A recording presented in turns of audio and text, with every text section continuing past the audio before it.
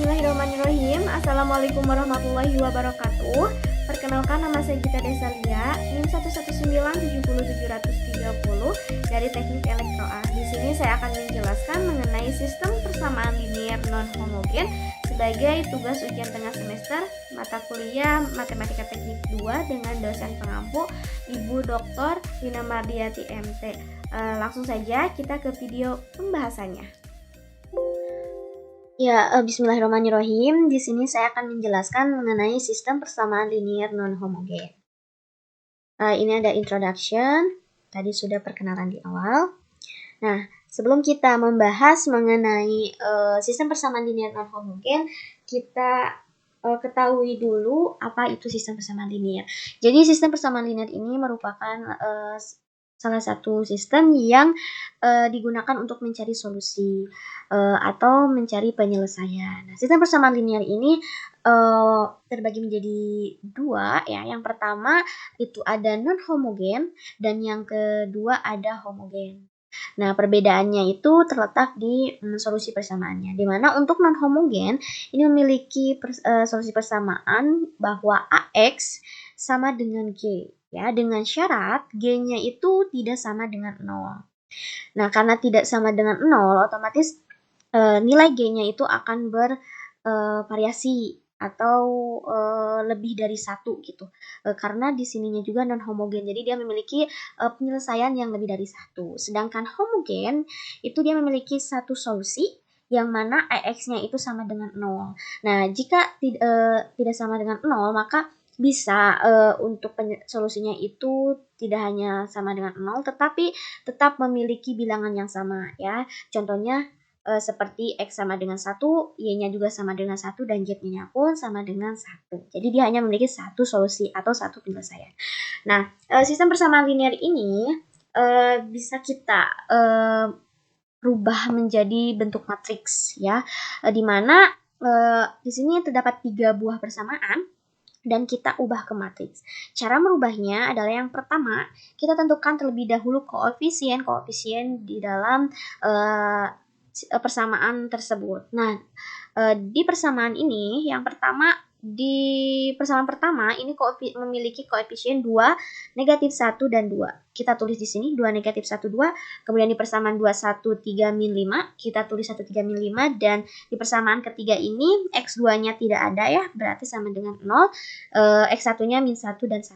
Kemudian untuk variabel-variabel yang terkandung di dalam koefisien persamaan tersebut kita tulis di sebelah koefisiennya. Yang pertama, karena kita menggunakan 3 variabel, maka kita tulis 3. Yang pertama ada X1, X2, dan X3. Cara penulisannya adalah seperti ini. Ini menunjukkan bahwasanya X1 ini merupakan variabel yang dimiliki oleh koefisien yang berada di kolom pertama. Di kolom pertama ya, seperti ini.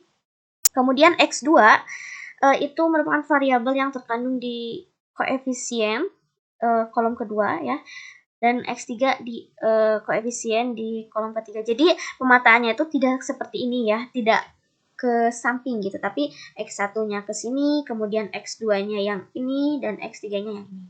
Nah, ini si koefisien ini nantinya akan disebut dengan A, variabel X, dan konstanta sama dengan G. Oke. Nah, eksperimen non homogen ini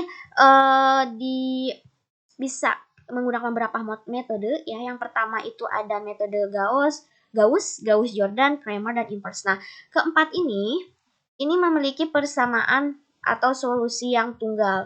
Artinya tunggal itu dia pasti gitu memiliki satu solusi tersebut. Contohnya X-nya itu sama dengan 1, jadi tidak bisa diganggu gugat istilahnya ya. X-nya tetap 1, Y-nya contohnya 2, dan Z-nya sama dengan 3. Jadi tidak bisa gitu, tidak bisa diubah lagi. Kemudian untuk banyak jawaban ini tetap sama menggunakan OBE, tetapi untuk banyak jawaban ini nanti kita akan menggunakan pemisalan-pemisalan, dan solusinya pun tergantung dengan pemisalan yang kita buat. Kemudian ada juga yang tidak mempunyai jawaban. Tidak mempunyai jawaban ini ketika RA tidak sama dengan RAG ya. Next, ada yang pertama itu ada metode Gauss. Metode Gauss ini merupakan pengoperasian matriks untuk menjadi matriks yang lebih sederhana lagi gitu. Dengan melakukan operasi baris sehingga matriks tersebut menjadi matriks yang baris. Nah, di sini ada contohnya ya. Di sini ada 3 buah persamaan. Yang pertama ada X tambah 2Y tambah Z sama dengan 6, kemudian ada X tambah 3Y tambah 2Z sama dengan 9, dan ada 2X tambah Y tambah 2Z itu sama dengan 12. Hal yang pertama kita lakukan, ya, sebelum ke OBE, pastinya kita rubah dulu si 3 persamaan ini ke dalam bentuk matriks seperti yang tadi, ya. Ada A, ada X, dan G. Nah, seperti ini. Ini untuk A-nya, untuk koefisiennya, kemudian di sini ada variabel-variabelnya, dan di sini ada konstantanya. Kebetulan di sini saya menggunakan 3 buah variabel. Yang pertama ada X, ya, yang kedua ada Y, dan yang ketiga Z. Dan memiliki konstanta yaitu 6, 9, dan 12. Nah, langkah yang pertama itu melakukan OBE. OBE ini untuk apa sih? OBE ini salah satu cara, ya, untuk merubah matriks ini menjadi matriks identitas, di mana matriks identitas untuk matriks berordo 3 kali 3 itu adalah 1, 0, 0, kemudian di sini 0, 1, 1, dan di sini 0, 0, 1, ya. Tetapi untuk OBS sendiri ini tidak harus persamaannya seperti ini, tapi nanti kita akan berfokus di 1, ya, di sini. Saya ganti dulu. Nah, nanti kita akan rubah si matriks ini tuh persamaannya menjadi seperti ini. Nah, iya, jadi baris pertama, kolom pertama itu harus harus menjadi angka 1, kemudian baris kedua, yang baris keduanya itu harus 01, ya, di bagian ininya, dan yang baris ketiga ini harus 00. Nah, caranya seperti apa? Yang pertama kita ubah terlebih dahulu gitu per barisnya, karena di sini di baris pertama itu sudah sesuai, ya, ada angka 1 di sini, maka kita langsung merubah ke baris yang kedua. Di sini masih 1 dan 3. Nah, kita ubah dulu si satunya ini menjadi 0. Caranya bagaimana? Caranya kita kalikan 1 ini dengan yaitu angka atau bilangan bukan terbalik tapi lebih lawan, ya. Jadi kita kalikan dengan min 1, ya, caranya min 1 nggak kelihatan. Oke, kita kalikan dengan min 1 dikali R1, ya, dikali ini, dikali baris pertama, kemudian ditambah baris tersebut atau ditambah R2. Maka hasilnya akan menjadi seperti ini.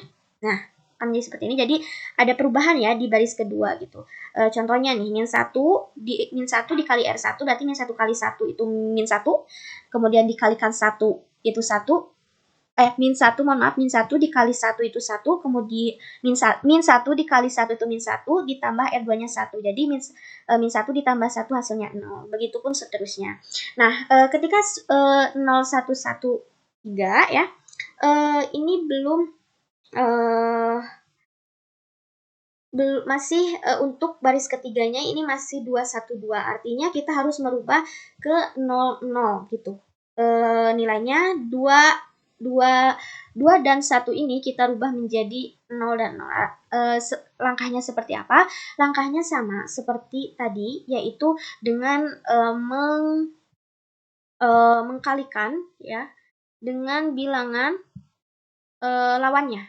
Atau di sini bisa min 2 dikali tetap R1, ya, kita kalikan R1 dan nanti ditambah dengan barisnya atau R3.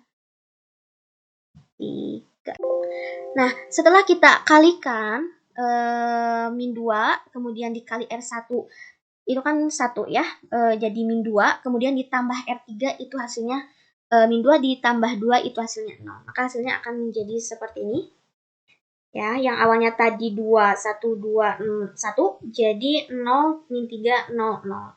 Nah, karena ini di sini masih belum memenuhi matriks identitas yang harusnya 0, ini min 3, maka kita lakukan lagi, yaitu dengan cara di sini kita bisa mengkalikan lagi dengan bilangan lawannya yaitu 3 ya, karena di sini negatif ya, maka di sini harus positif atau lawannya itu 3, kemudian dikalikan dengan R2.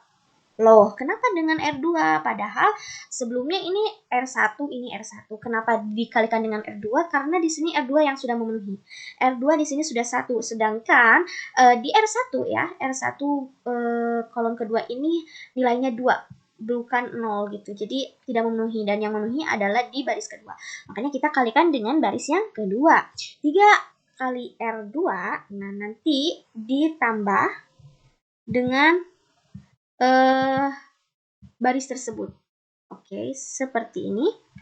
Kita coba 3 itu dikali 1 hasilnya 3, kemudian ditambah negatif 3. Berarti 3 dikurangi 3 sama dengan 0. Maka hasilnya akan menjadi seperti ini. Nah, ini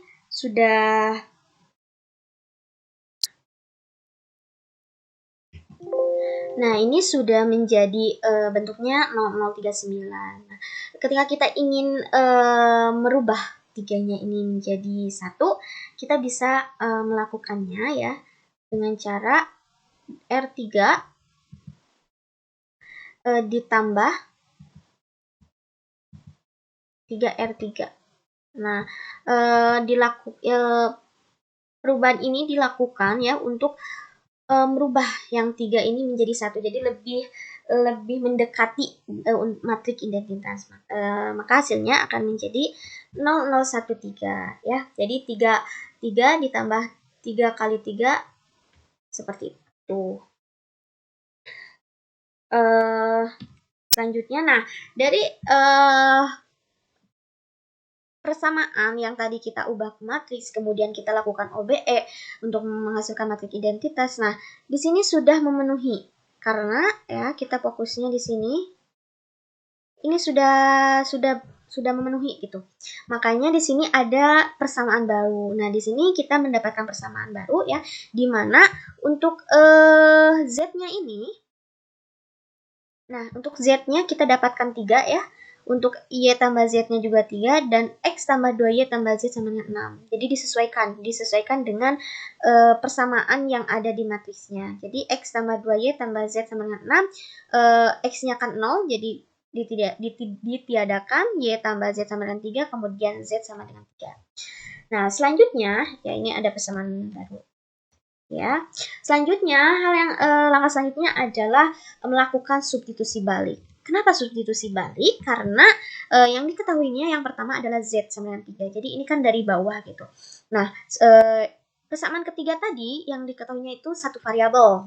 Kemudian persamaan kedua 2 variabel. Jadi kita tinggal masukkan Z-nya sama dengan 3, kemudian Y tambah Z itu sama dengan 3 ya. Kita masukkan Z-nya sama dengan 3, otomatis 3 dikurangi 3 sama dengan 0.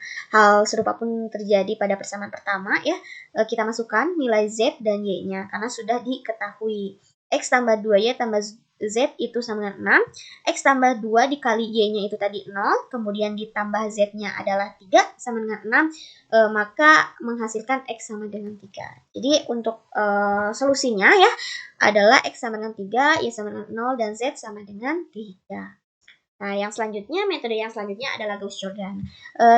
Eliminasi Gauss-Jordan adalah prosedur pemecah sistem persamaan linear dengan mengubahnya menjadi bentuk matrik echelon baris reduksi dengan operasi baris elementer. Perlu diketahui bahwasanya 4 metode yang menghasilkan solusi hitungan ini menggunakan operasi baris elementer. Untuk Gauss-Jordan seperti itu. Nah, yang selanjutnya adalah metode Cramer.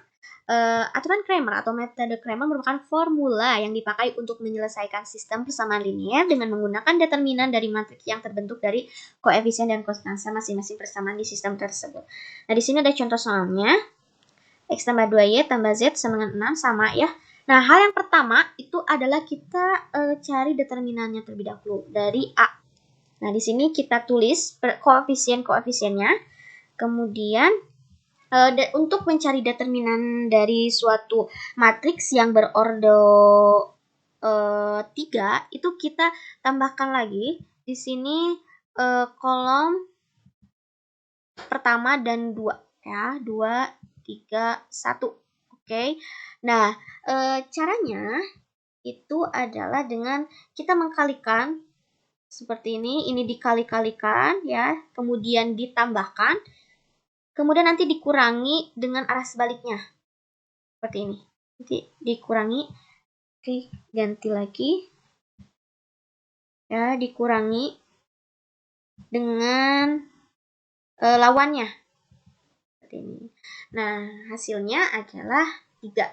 Jadi 1 kali 3 kali 2, kemudian ditambah 2 kali 2 kali 2, ditambah 1 kali 1 kali 1, nanti dikurangi dengan kebalikannya. Ya, jadi determinan A diperoleh nilai 3.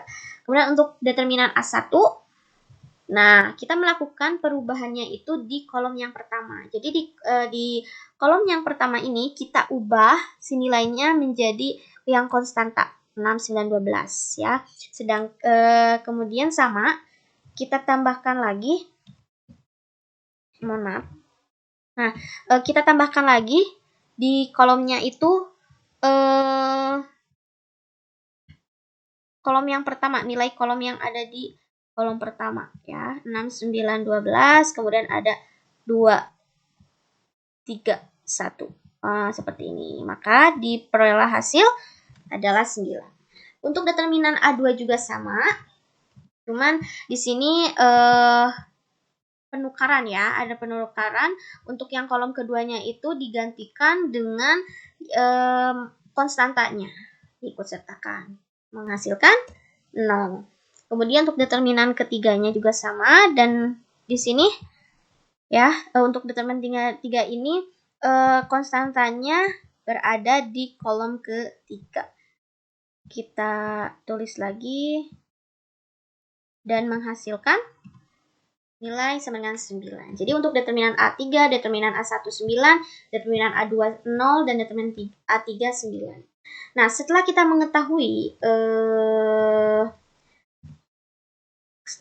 mengetahui apa sih nilai dari determinannya, kita substitusikan nilai-nilai dari determinannya. Nah, untuk X itu adalah determinan A1 dibagi determinan A. Sama dengan 9 dibagi 3 sama dengan 3. Kemudian untuk Y itu determinan A2 dibagi determinan A, itu 0 dibagi 3 sama dengan 0. Kemudian untuk Z-nya, determinan A3 dibagi determinan A. 9 dibagi 3 sama dengan 3. Nah, sehingga menghasilkan X sama dengan 3, Y sama dengan 0, dan Z sama dengan 3. Itu untuk metode Cramer. Dan untuk inverse matrix, ini inverse matrix adalah sebuah kebalikan inverse dari kedua matrik, di mana apabila matrik tersebut dikalikan menghasilkan matrik persegi, atau AB sama dengan BA. Simbol dari inverse matrix adalah pangkat min 1. Contohnya matriks B diinverskan itu menjadi A pangkat min 1. Gitu ya. Seperti itu. Ya, mungkin sekian penjelasan yang bisa saya berikan. Kurang dan lebihnya mohon dimaafkan. Sebelumnya terima kasih kepada Ibu Dr. Rina Mardiati MT selaku dosen pengampu dari mata kuliah Matematika Teknik 2 ini. Sekian dari saya. Wassalamualaikum warahmatullahi wabarakatuh.